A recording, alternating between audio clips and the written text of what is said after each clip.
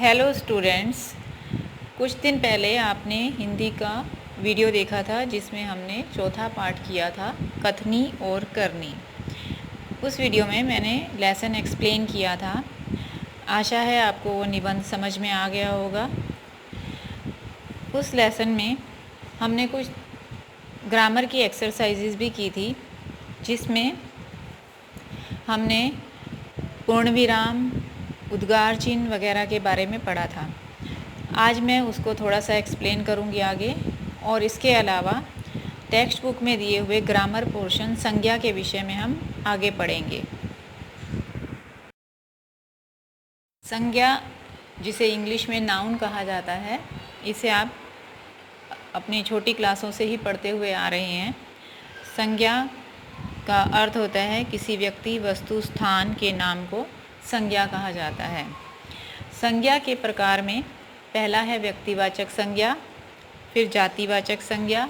जातिवाचक संज्ञा के दो प्रकार होते हैं, द्रव्यवाचक संज्ञा और समूहवाचक संज्ञा। द्रव्यवाचक मीन्स मैटीरियल नाउन, समूहवाचक कलेक्टिव नाउन, और फिर भाववाचक संज्ञा जो तीसरा प्रकार है, जिसे हम इंग्लिश में एब्स्ट्रैक्ट नाउन कहते हैं।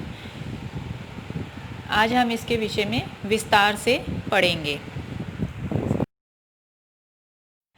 बच्चों, हिंदी के तीसरे पाठ में हमने कुत्ते की वफादारी, उस पाठ में हमने ग्रामर करते समय, व्याकरण करते समय संज्ञा की परिभाषा और दो भेद पढ़े थे।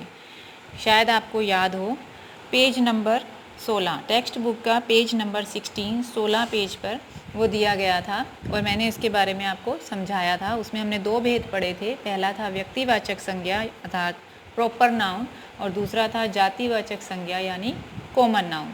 एक बार मैं वापस उसे रिपीट करती हूँ, फिर हम आगे बढ़ेंगे।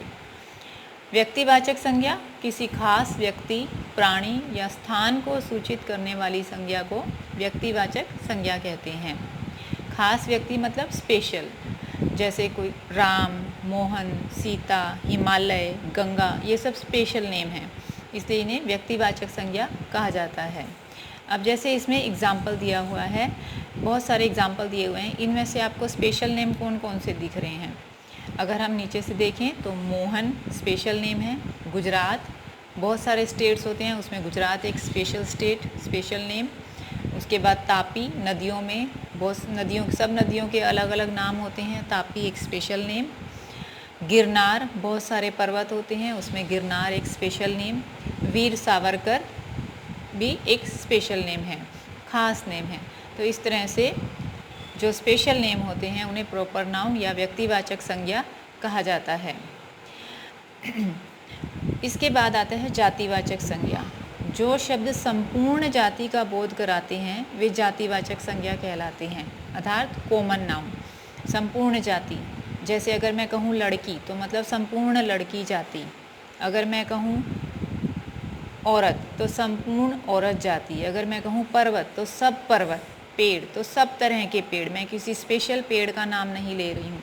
अभी यहाँ हमें कुछ एग्जाम्पल दिए हुए हैं। हमारे देश के सैनिक बहादुर हैं। सैनिक मतलब सभी सैनिक, जितने भी सैनिक हैं, चाहे वो थल सेना में हैं, वायु सेना में हैं या जल सेना में हैं, सभी तरह के सैनिक बहादुर हैं। हमारी गाय का नाम गोरी है। गाय, कोई भी गाय हो सकती है। नदी को लोक माता कहते हैं। नदी मतलब कोई भी नदी, सब तरह की नदियों को लोक माता कहा जाता है। कुत्ता वफादार प्राणी है। कुत्ता, सब तरह के कुत्ते, कई तरह के कुत्ते होते हैं, तो हर तरह का कुत्ते के लिए कहा गया है कि वो वफादार प्राणी है। तो इस तरह से ये पूरी जाति का बोध करा रहे हैं। सैनिक, गाय, नदी और कुत्ता, ये सब संपूर्ण जाति का बोध कराते हैं। इन्हें जातिवाचक संज्ञा कहा जाता है। अब मैंने अभी बताया था आपको कि जातिवाचक संज्ञा के दो प्रकार होते हैं, द्रव्यवाचक संज्ञा और दूसरा समूहवाचक संज्ञा। अभी हम उसके बारे में विस्तार से पढ़ेंगे। पहले हम पढ़ेंगे भाववाचक संज्ञा के बारे में।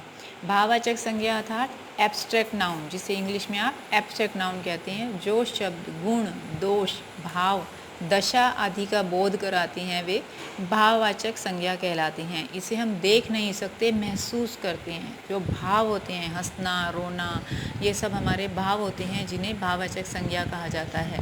इसके कुछ एग्जाम्पल देखते हैं। हमें अहिंसा के पथ पर चलना चाहिए। अहिंसा।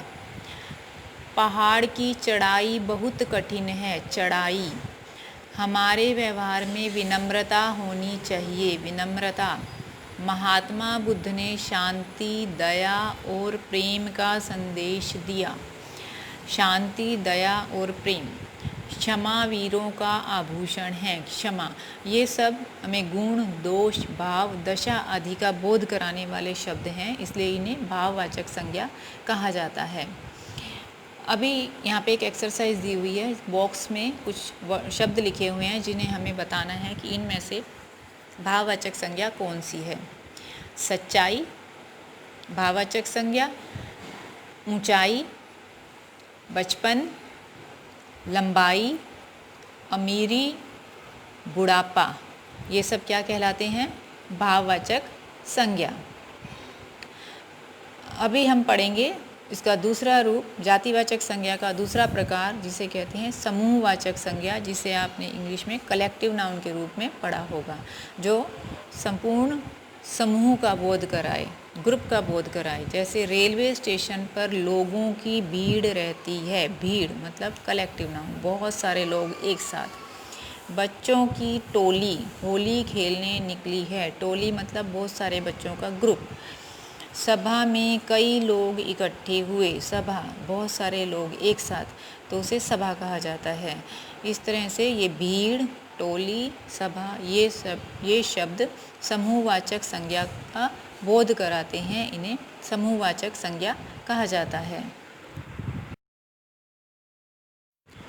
अभी मैंने आपको कहा था कि जातिवाचक संज्ञा के दो प्रकार हैं। उसमें हमने पहला पढ़ा समूहवाचक संज्ञा, दूसरा होता है द्रव्यवाचक संज्ञा, जिसे हम मटेरियल नाउन कहते हैं। हमारी पुस्तक में द्रव्यवाचक संज्ञा के विषय में नहीं दिया हुआ है, लेकिन मैं आपको थोड़ा सा उसके बारे में बता देती हूँ। द्रव्यवाचक संज्ञा का मतलब होता है जो हमें किसी मटेरियल के बारे में बताए, जैसे लकड़ी, तांबा, लोहा, इस तरह की चीज़ों के बारे में जो बताते हैं। जैसे अंगूठी सोने की बनी है, तो इसमें सोना मटेरियल नाउन आ जाएगा।